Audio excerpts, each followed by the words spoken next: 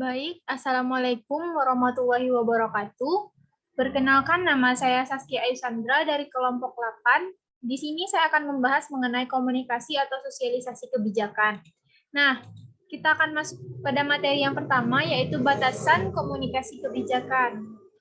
Nah, adapun komunikasi menurut Gonzales di dalam Imron tahun 2008 adalah suatu proses yang dalam proses tersebut partisipasi bertukar tanda-tanda informasi dalam suatu waktu. Tanda-tanda tersebut bisa saja bersifat verbal, non-verbal, dan paralinguistik.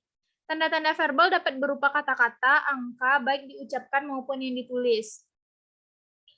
Nah, hakikat dari komunikasi kebijakan ini sendiri adalah sosialisasi atas rumusan-rumusan kebijakan pendidikan yang sudah dilegitimasikan sebagai komunikatornya adalah para aktor perumusan kebijakan pendidikan, sedangkan sebagai komunikannya adalah para pelaksana kebijakan pendidikan beserta dengan perangkat dan khalayak pada umumnya.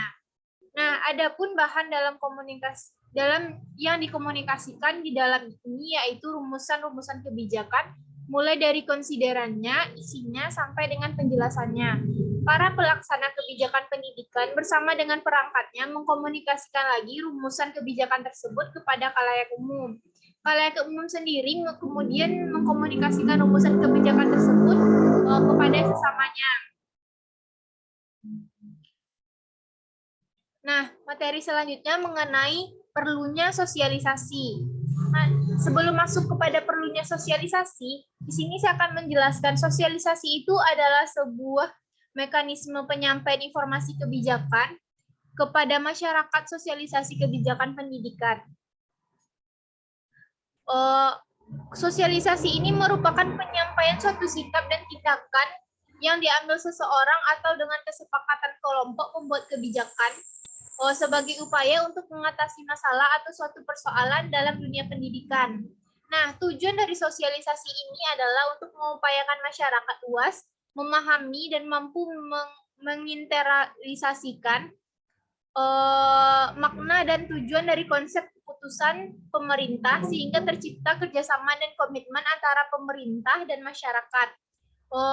Selanjutnya, proses sosialisasi ini mengapa sangat penting? Karena dapat mempererat hubungan antara masyarakat, dapat memperoleh suatu ilmu dari suatu masyarakat, dan dapat membentuk suatu kepribadian yang unik. Manusia memerlukan sosialisasi agar potensi kemanusiaannya berkembang sehingga menjadi suatu pribadi yang utuh dan menjadi anggota masyarakat yang baik. Proses sosialisasi ini sangat penting bagi manusia karena berlangsung sepanjang hidup dan karena manusia adalah makhluk sosial, makhluk yang tidak bisa hidup tanpa orang lain, yang sangat membutuhkan teman, membutuhkan bantuan, membutuhkan keakraban, membutuhkan komunikasi, serta membutuhkan interaksi sosial. Nah, proses sosialisasi ini dilakukan melalui proses pendidikan dan pengajaran. Selanjutnya, materi yang ketiga mengenai model sosialisasi kebijakan. Nah, di sini di dalam sosialisasi kebijakan ini ada beberapa tahap. Yang pertama, tahap persiapan atau preparatory stage. Tahap ini dipersiapkan sejak kebijakan pendidikan digulirkan. Seorang pimpinan mempersiapkan draft aturan, regulasi, maupun produk kebijakan yang akan dihasilkannya. Pada tahap ini, stakeholder sudah mulai mencerna dan memahami kenapa manfaatnya dan dampaknya sudah ada di dalam pikiran meski belum sempurna. Nah, tahap yang kedua itu tahap meniru atau play stage. Pada tahap play stage ini, semakin membaiknya masyarakat dalam mengikut kebijakan yang akan diciptakan, termasuk menyesuaikan peran-peran yang akan dilaksanakan oleh orang dewasa. Pada tahap meniru ini, mulai terbentuk kesadaran mengenai kebijakan baru. Masyarakat mulai menyadari tentang apa yang dilakukan oleh seorang pimpinan dan apa yang diharapkan dari kebijakan yang akan disahkan, serta mulai terbentuk pada tahap ini. Tahap yang ketiga yaitu tahap siap bertindak atau game stage. Pada tahap ini,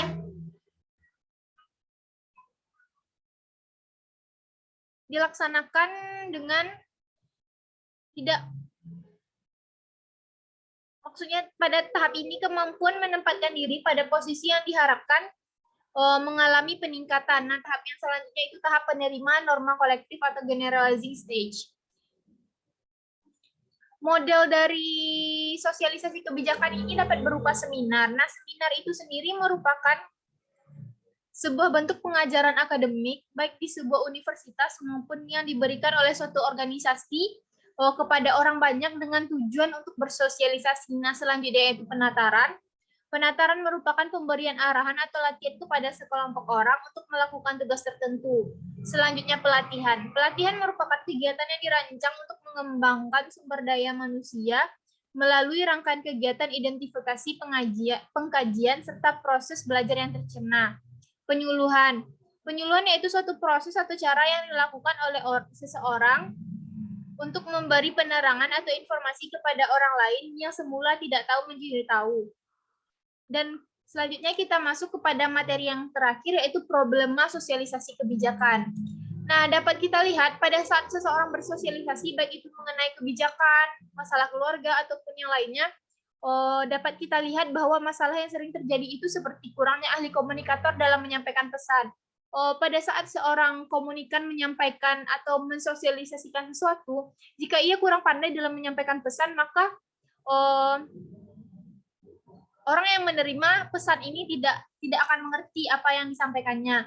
Nah, yang selanjutnya komunikator mempunyai referensi yang berbeda dengan komunikan. Maksudnya di sini ada miskomunikasi antara komunikator dengan komunikan.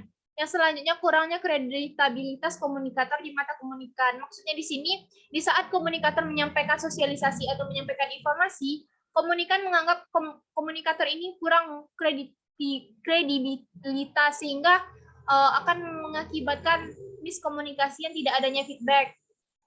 Yang selanjutnya problema itu pesan itu sendiri ialah rumusan kebijakan yang tidak begitu jelas. Maksudnya di sini ketika seorang komunikator menyampaikan pesan, pesan tersebut tidak jelas, makanya pesan tersebut tidak dapat sampai kepada komunikan. Nah, selanjutnya kebijakan tersebut dirasakan asing oleh khalayak ramai. Maksudnya di sini khalayak yang menerima informasi tersebut merasa asing dengan pesan yang disampaikan, sehingga mereka tidak mengerti dengan maksud dari pesan tersebut.